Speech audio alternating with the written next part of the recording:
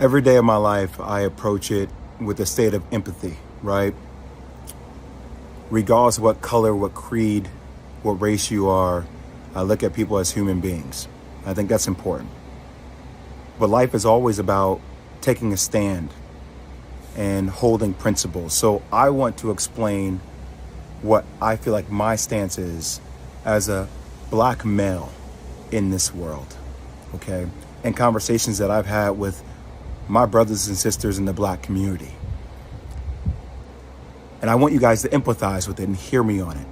So when I hear what Kyrie Irving has to go through in order to be reinstated, I'm appalled. I'm appalled. And let me give you examples of how I feel like we don't have the same energy and hold other people who have dealt with racial tropes accountable.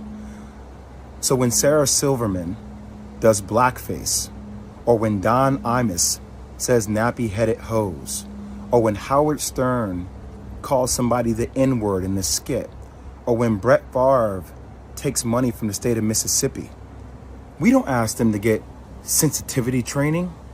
We don't ask them to donate $500,000. We don't ask them to meet with the Black National Caucus. They apologize. And then, you know what? The rest of the world moves on. But what I feel like is happening here, and that's how in the black community, like we've been told that's how the process works, right? Think about that, Bert. That's how the process works. Oh, somebody does a blackface. Oh, it was a misunderstanding. We got it. Okay. You know, is that person really racist? Probably not. Was it ignorant? Probably so. Okay. We understand it. We move forward. We don't like it. We would love to hold them accountable. But society and having a lot of black people in positions of power, we don't have the governing ability to do that. But what we feel like happens with Kyrie is even after an apology, it's not enough. We feel like there needs to be more.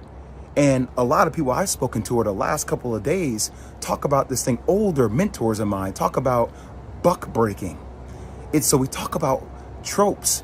This is something that we feel like in the black community that happened way back in the day, where if there was a slave that was defiant, right, he got broken in front of everybody in order to show that he was not in a position of power.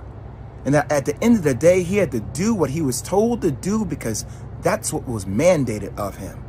And there's a bigger situation going on. What's happening with Kyrie Irving? If the Nets don't want him to be there, just say you don't want him to be there. But we should hold everybody accountable, even owners of teams accountable with things that are happening in other countries, i.e. China and Uyghurs and the Muslim genocide that is occurring, that we hear Enes Kanter talk about. But we don't keep the same energy for everybody. We pick and choose what conversational points we want to make more polarizing. And I might lose my job. I might lose deal opportunities in the future for speaking out about even the platforms that continue to promote and profit a movie that is considered anti-Semitic to billions of people. They don't have to be accountable. Who is accountable? But we're going to put everything on the shoulders of Kyrie Irving, who, even though he said, I cannot be anti-Semitic because if I know where I came from, stating that he's one of the 4 lost tribes. He's saying that blacks and Jews come from the same entity, the same thing. But we don't want to understand nuance. We want to be triggered by words, and we like fire, and we like things that are, going viral on social media, and everybody has some kind of hot take, and we're calling people idiots, and we're calling people names because that's what we do. We just destroy each other. I ain't gonna destroy each other, man. I'm not gonna do that. Is Kyrie Irving anti-Semitic? Hell no. Could he have gone about it maybe a different way? That's what I would have advised him to do. But I'm not gonna let you guys sit out here and make this dude out to be like he is a villain, like he is a bad person. He is looking to explore his heritage. Now, you can crucify me if you want. I don't give a damn anymore. It's time for people to start speaking out with nuance and speaking out on the principles they stand for. I 1000% agree with Jaylen Brown. I stand with him. And I know that's saying a lot because we know how critical I can be and have been of Kyrie Irving. But this is excessive. The fact of the matter is that right now you're engaging in emasculation. based on the reports about how the Nets have a checklist of things that they need Kyrie Irving to do. Okay, now be clear, Tim Legler. He brought it on himself. I'm fully knowledgeable about that. Him putting out a tweet, supporting a film with anti-Semitic tropes and stuff like that was inexcusable. It was insensitive. It was juvenile. It was stupid. Okay? And the kind of heat that he's brought upon himself thus far is self-inflicted and largely, if not entirely, of his own volition. So he deserves it.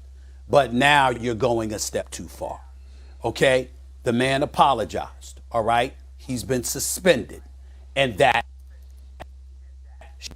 Now you as an organization have to make, do you want him on your team? Do you keep him on the rest of the year?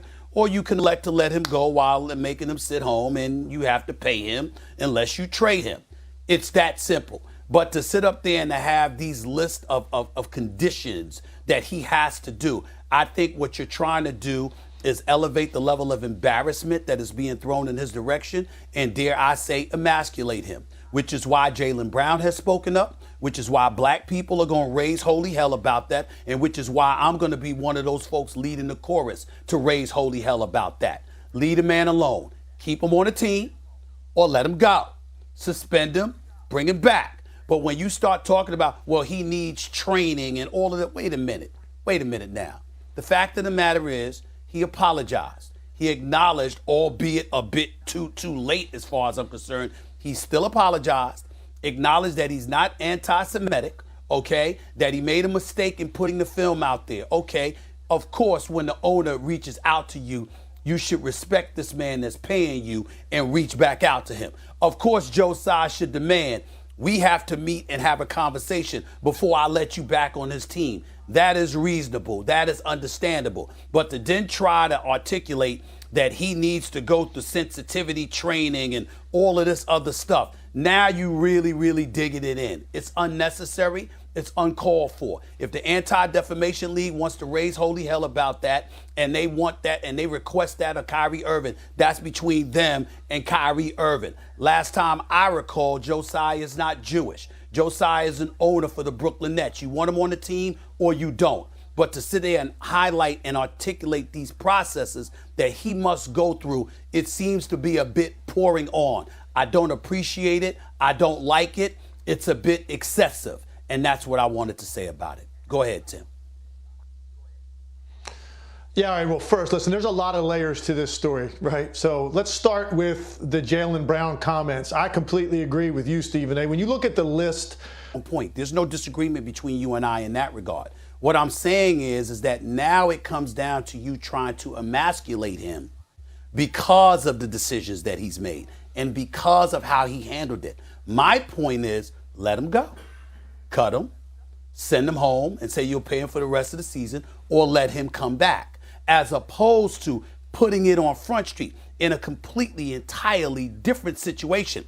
One of the things that I kept harping on as it pertained to Ime Udoka in Boston was that it was an HR matter that should have been handled internally as opposed to publicized. You see what I'm saying? Because that public emasculation is what I have a problem with, because we can go throughout history in the NBA, in the National Football League, along with a plethora of other situations where we don't see the same level of momentum, the same level of passion, etc., being accorded to others in dicey situations as we've seen accorded to these black men. And what I'm saying is, although Kyrie is not right in any way, he is definitely wrong. I am not here to defend what he did, because he was wrong, and his reluctance and hesitancy in apologizing was wrong, and his unwillingness to communicate with Joe Tsai, the nerve of you to do that. But that's a perfect reason to say, stay your behind home. Don't bother coming back. To have these conditions and to publicize those conditions, not only are you trying to appease to outside forces, but you are also doing it while emasculating this black man. I don't like that. I don't appreciate that, because I can point to numerous cases throughout history where that level of momentum is not consistent. If you do it to everybody, I'm good.